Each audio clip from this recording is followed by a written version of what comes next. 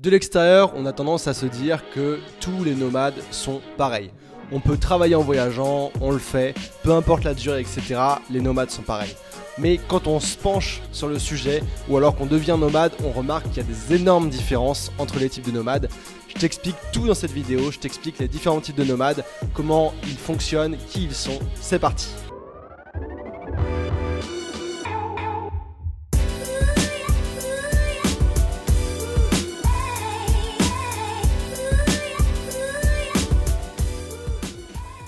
Si c'est pas encore fait, je t'invite à t'abonner à ma chaîne YouTube et à cliquer sur la petite cloche pour être sûr de rater aucun de mes conseils sur le freelancing, le nomadisme et tous mes conseils pour avoir une vie de liberté. Il y a quelques semaines, j'ai publié une vidéo sur la différence entre touriste, backpacker, digital nomade et expat. Donc si tu l'as pas vu, je te mets le lien en haut à droite. Je t'invite à mettre en pause cette vidéo et à aller le voir pour bien comprendre de quoi on parle ici. Et donc, tu remarques dans cet enchaînement que les digital nomades, je les place entre les backpackers qui vont voyager des longues périodes mais vont pas forcément travailler en voyageant et les expats qui eux sont vraiment installés, implantés à un endroit particulier.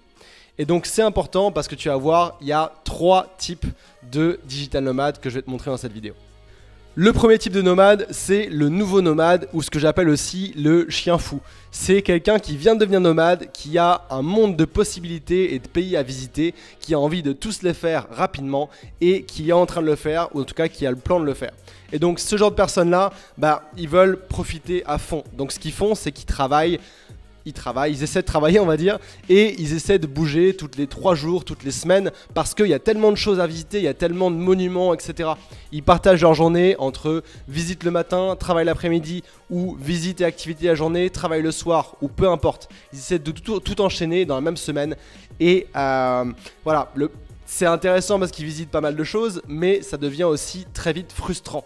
Je l'ai expérimenté par moi-même en 2017 quand je me suis lancé, parce que à la fois vous pouvez pas tout visiter, vous n'êtes pas un touriste parce que vous avez du travail à faire, en tout cas si vous voulez pouvoir continuer à être sur la route et gagner votre vie. Et d'un autre côté, côté travail, c'est hyper frustrant parce qu'il y a une productivité proche du néant.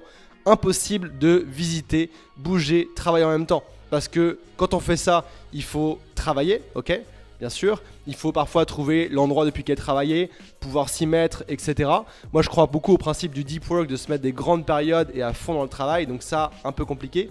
Deuxièmement, il faut que tu trouves les activités que tu vas faire, ok, et les faire. Ensuite, il faut que tu cherches où est-ce que tu vas aller ensuite, où est-ce que tu vas loger, comment tu vas y aller. Bref, c'est l'équivalent de 2 travails à temps plein et comme toute surcharge de travail, ça ne tient pas dans la durée et souvent les nouveaux nomades ils font ça 1 mois, 2 mois et après ils font ce que j'appelle un burn-out du nomade. Et de mon côté je parle d'expérience puisque j'en ai fait un quand je suis parti la première fois en mode vraiment digital nomade en 2017 quand j'ai quitté mon boulot, pris un aller simple, parti avec mon ordinateur à Bangkok. Et bien au bout de 1 mois de ce mélange de voyage et de travail, j'ai fait ce que j'appelle donc un burn-out du digital nomade. Donc à ce moment-là, j'étais arrivé à Bangkok, j'avais été faire mon diplôme de plongée open water à Koh Tao, j'avais fait les îles, j'avais été à Krabi, etc. Et j'étais enfin arrivé à Chiang Mai, la Mecque des nomades. Et là, c'était le drame. Impossible de ni bouger, ni faire d'activité, ni travailler. J'étais en burn-out. Oui, c'est possible. C'était pas un burn-out hyper sévère par rapport à ce que d'autres personnes ont vécu. Mais pendant 2 semaines, j'étais incapable de rien faire. Et j'ai dû prendre des vacances de ma vie de digital nomade. Pour certaines personnes, c'est des vacances de vacances. Mais comme je vous le dis, il y avait énormément de choses à faire. Quelle activité on va faire, où est-ce qu'on va travailler, où est-ce qu'on va aller, comment on y va, où est-ce qu'on dort, etc. Bref, c'était l'horreur et donc j'ai vécu ça à Chiang Mai. Et donc je pense que c'est un rite de passage. Il n'y a pas de jugement dans ce que je dis, c'est des erreurs que j'ai faites moi de mon côté. Si vous vous lancez en nomade et que vous voulez tester ce mode de vie en mode nomade, chien fou et y aller à fond, allez-y, chacun fait son parcours. Mais quelques mots de prévention par rapport à ça. Tout le monde passe plus ou moins par là et au bout de quelques temps, les nomades deviennent du type numéro 2 qui sont les nomades moyen terme que j'appelle. Donc les nomades moyen terme, c'est ce que je me considère être pour l'instant. C'est des nomades qui vont rester entre 1 et 3 mois par endroit. Okay, donc ils vont rester entre 1 et 3 mois par endroit et leur principal but c'est d'arriver à trouver justement l'équilibre entre visiter, se déplacer, pouvoir être productif et profiter aussi de s'imprégner d'un endroit, d'une culture, de personnes. Et donc là, l'avantage, c'est que on peut vraiment commencer à se créer une vraie vie locale. On peut commencer à avoir des amis puisqu'on reste quand même quelques mois. On peut aussi s'inscrire à des activités qui durent un petit peu de temps. On peut se développer vraiment une vie locale et des activités.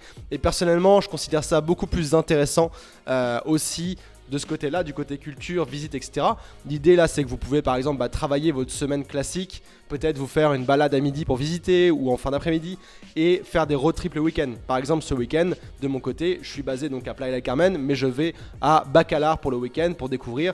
C'est 3 heures de route au sud. Je ne vais pas travailler quand je serai là-bas, mais ça permet de faire ce qu'on appelle du slow travel, d'être là quelque part pendant quelques mois, de visiter, de s'en imprégner et d'en profiter. Et puis niveau financier, c'est hyper intéressant aussi parce que contrairement au voyage nomade rapide qui est plus ou moins un backpacker ou un touriste, et bien là on peut prendre des choses au mois, que ce soit le logement. On peut avoir accès à un loyer mensuel qui est plus ou moins ce que paierait un expat local. On peut aussi avoir, si vous voulez, les réductions Airbnb au mois qui peuvent être de 40-50%. Donc ça, c'est un coût énorme qui est économisé sur le logement. On peut se prendre par exemple des abonnements à une salle de sport avec le tarif mensuel. On peut prendre des abonnements de transport. Ça peut être le bus, ça peut être le vélo. Par exemple ici, je vous donne un exemple. Le pass pour prendre un vélo pendant 3 jours coûtait 15 € et le pass pour 1 an coûtait 16 € à Playa del Carmen. Donc évidemment que j'ai pris le pass de 1 an, même si je ne vais pas rester 1 an. Mais vous voyez le genre d'économie que vous pouvez faire par rapport à un touriste qui va être juste de passage ici, ou alors dans ce cas-là, un nomade chien fou. Et puis, un coût énorme aussi économisé, c'est en termes de déplacement. Je ne parle pas de déplacement autour de l'endroit où vous allez être. Par exemple, moi je vais me déplacer autour de Playa, c'est relativement peu cher, ça se fait en bus, ça coûte 2, 3, 4, 5, 6 € max. Là, je parle de déplacement plus long courrier, long terme. Si vous voulez vraiment visiter un pays et voir tous les monuments, par exemple, je vous disais en Thaïlande, il faut que vous alliez à Bangkok, il faut que vous alliez dans les îles au sud, il faut que vous alliez à Krabi, Phuket, il faut que vous alliez à Chiang Mai, il faut que vous alliez à plein d'endroits. Et ça, c'est des trajets long terme, pas long terme, mais longs. Il faut prendre le bus, le train, les avions. Et ça, c'est un budget aussi assez conséquent, surtout quand on se déplace une fois ou plus par semaine. Donc voilà pour ça. Et puis ce que je remarque, c'est qu'il y a un troisième type de nomades. Ils sont de plus en plus nombreux, je trouve. Les troisième types de nomades, c'est ce que j'appelle les nomades presque expats. Okay, c'est des nomades qui, eux, vont rester entre 3 et 6 mois par endroit. Pourquoi 6 mois? Parce que quand tu restes plus de 6 mois dans la plupart des pays du monde, tu deviens résident fiscal du pays. Et les nomades, c'est pas forcément intéressant pour eux de devenir résident fiscal du Mexique par exemple. Donc il y a toujours cette limite de 6 mois. Après c'est par année calendaire, donc si tu peux rester plus de 6 mois si tu vises bien entre 2 années. Mais en gros voilà l'idée. Et donc souvent je remarque ces genres de nomades presque expats, ça va être des couples donc qui ont moins besoin de vie sociale, qui sont déjà à 2, donc ils peuvent vraiment plus passer du temps, etc. Donc il y a les couples et puis aussi les personnes les nomades qui se mettent en couple avec des locaux. Ça j'en ai vu, j'en connais un par exemple à Playa qui est venu ici, qui a rencontré quelqu'un qui habite là. Ils commencent une relation ensemble et dans ce cas-là, la personne va moins bouger, va rester si la relation en vaut le coup. Donc il y a les couples et les nouveaux couples. Et puis il y a aussi les personnes qui sont nomades depuis longtemps. Donc il y a des personnes qui sont nomades depuis longtemps. Il y en a ça fait 10 ans, ça fait 15 ans. Donc ils ont commencé au début. Et eux, s'ils ne sont pas déjà devenus expats et qu'ils continuent à voyager, eh bien ils voyagent sur des plus longues durées. Ils vont rester donc entre 3 et 6 mois par endroit. Ils posent leurs valises, ils s'installent, ils ont compris comment ça fonctionnait et ils ont moins envie de bouger et de découvrir parce qu'ils ont peut-être vu beaucoup de pays dans ces longues années. Et puis ces personnes-là veulent peut-être aussi s'imprégner plus de l'endroit, d'avoir des voyages moins superficiels, d'apprendre les langues locales, de se faire des vrais amis à différents endroits, de faire de chaque endroit une vraie base à laquelle la personne est contente et à l'aise de revenir quand elle a besoin. Et voilà, souvent c'est aussi peut-être des personnes qui envisagent, qui sont en train de tester différents endroits pour s'y installer comme expat. C'est aussi possible et il n'y a pas de jugement. Là, c'est l'évolution normale du nomade de devenir expat à l'étranger quand on a trouvé ce qui nous plaisait et ce qu'on voulait y faire. Ce que je remarque, c'est que ces personnes-là ont tendance donc à moins bouger comme par définition, et aussi tendance à avoir plus de matériel, plus d'affaires avec eux. Peut-être qu'ils vont plus avoir un sac cabine comme moi j'ai de 34 litres, mais peut-être qu'ils vont plutôt avoir une valise. J'en connais qui ont des valises de 90 litres par exemple, qui mettent en soute quand ils voyagent. Mais comme ils voyagent juste 1, 2, 3 fois par an, c'est pas si grave, ça les dérange pas dans la vie de tous les jours, et ils prennent le taxi au lieu de prendre le bus local pour aller à leur Airbnb ou leur logement, et ça les dérange pas. Donc voilà concrètement les 3 principaux types de nomades. Donc on a le nomade qui démarre, qui est un peu en mode chien fou.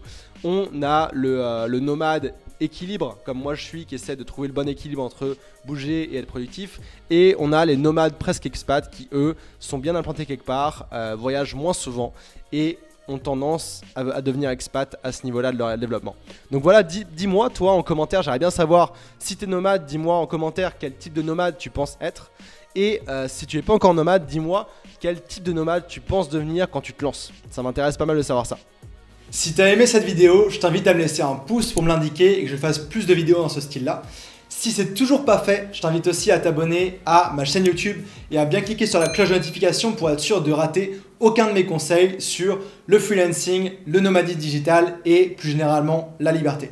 Et puis, si tu regardes cette vidéo et que tu as le projet ou que tu es déjà lancé en freelance, bonne nouvelle pour toi, j'ai mis en place une formation vidéo offerte qui s'appelle les 7 étapes pour devenir freelance à distance. Tu peux y accéder directement tout de suite en cliquant sur le premier lien en dessous de cette vidéo. Je te dis à demain, ciao ciao.